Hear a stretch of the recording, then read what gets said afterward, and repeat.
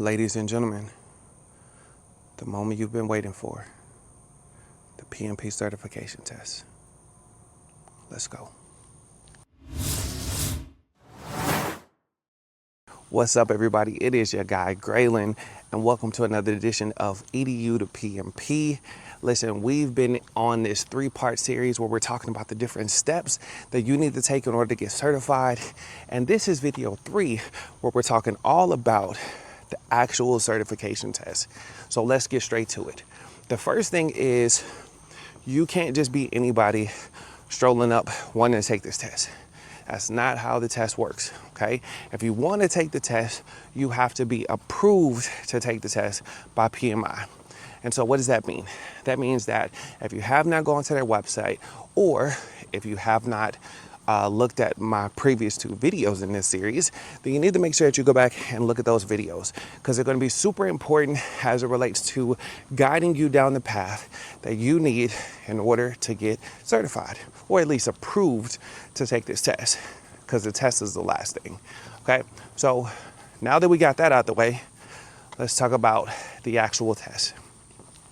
I get questions all the time. You took the test, how was it? Was it hard? Yes, it was hard.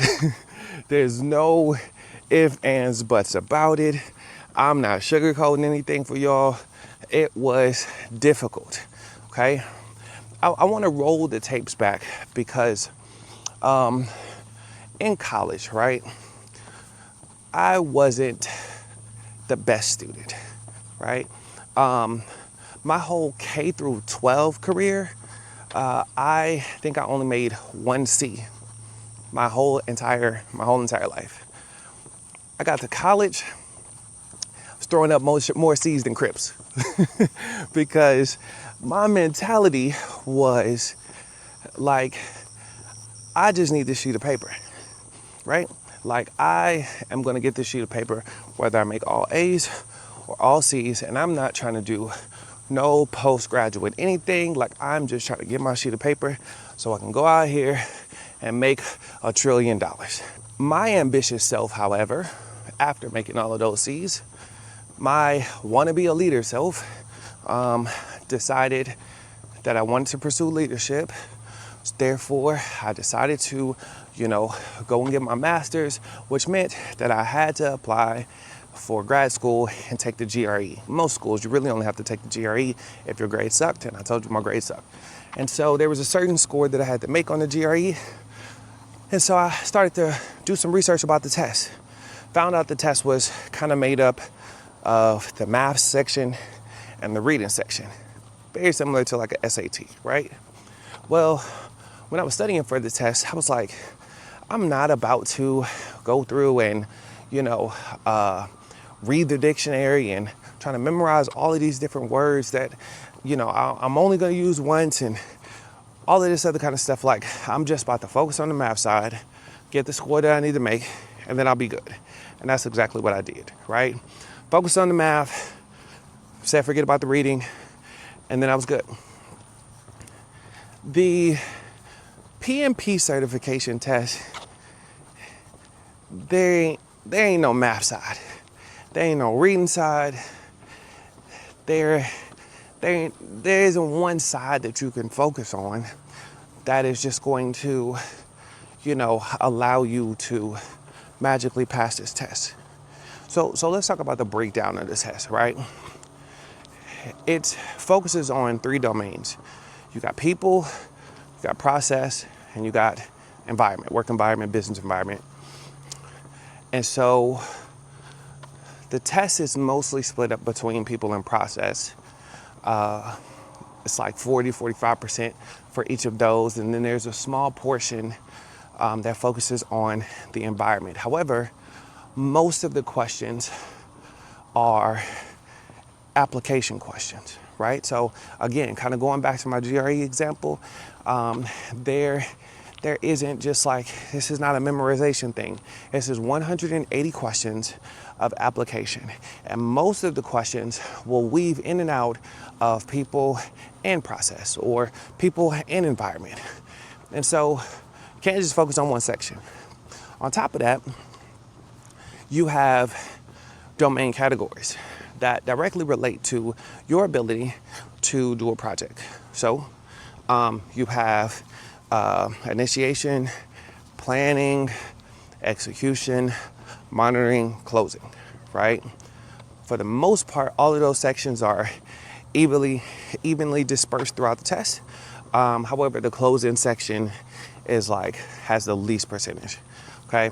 But still, there is no one section of this test that you can just focus on. You have to focus on the whole entire thing, okay? And so again, it is a difficult test. This is not a situation to where, hey, you have just been super smart and you just pass every test in your life and you don't have to study. No, please study. Please, please study, because I don't want you to waste your time or your money. All right. The test is about approximately 4 hours long. And, you can actually take the test at home, right? So there's two different options, like how to take the test. You can take it at home or you can take it at a testing center. Now, if you don't listen to anything else that I ever say on this channel, please allow me to save you $400 to $700 right now and tell you, do not take the test at home. The worst possible mistake that you can make. Now listen, how they have it set up is you can take the test in their system and they will record it and monitor it to ensure that, there was no cheating or anything going on. However, my mentality is you spent way too much money, way too much time, way too much effort preparing for the test, paying for the test, all of that stuff, to where if you start to sneeze too much, or if somebody accidentally walks in your office while you're taking the test, or if you're like me to where you got Xfinity and every week, while I'm at work, I get a notification saying, hey, your internet is down, it's down in the area, we're working on it, we hope to have it fixed by 1:15 p.m. Like, bruh, imagine taking one of the most important tests of your life and the internet goes down. Listen, I don't care if you live 500 miles away from the nearest testing center. Go take the test at a testing center. Get you a hotel, whatever, because it's a much more secure environment. And all you got to do is go there, not cheat, and pass the test, right? And the way that the testing centers have it set up is, it's your standard operation. You go in there, got to show your ID, got to show your testing ticket. If you got a whole bunch of stuff, leave it at home, leave it in the car. Don't bring it with you. You can go in there. Everybody is taking different tests. So some people are going to be taking other certification tests, or, the GRE or something like that. Everybody's taking different things. So you go in there, you focus on you do what you're supposed to do, and you'll be good. The other major benefit to taking your test at a testing center is that you'll get your preliminary results right away.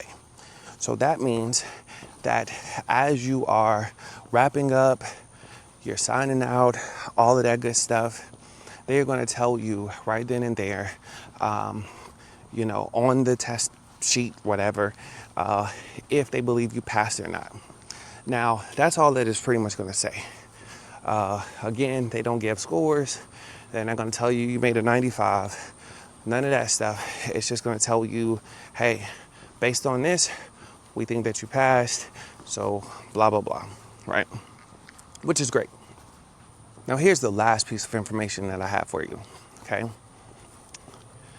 I hear people talking about, oh man, I've been thinking about, getting the PMP. I've been thinking about taking the test, all that kind of stuff. I just want to wait until this, and I'm waiting on this, and da da da da da. Listen, do not wait to take the test. When I was studying to get my principal certification test, I heard that they were getting ready to change the test in like a few months. And so my mentality, I was like, oh, it quickly clicked. Like, I need to take this test as soon as possible. Why? Because if they change this test, if the rumors are true, they never make the test easier. They always make it harder. Always. And so if I know all this general information about the format of the test, what it's going to be like, all of that kind of stuff, and I know this now, I might as well take advantage of this test now, take advantage of this information now, because once they change it, I'm not going to know anything, right?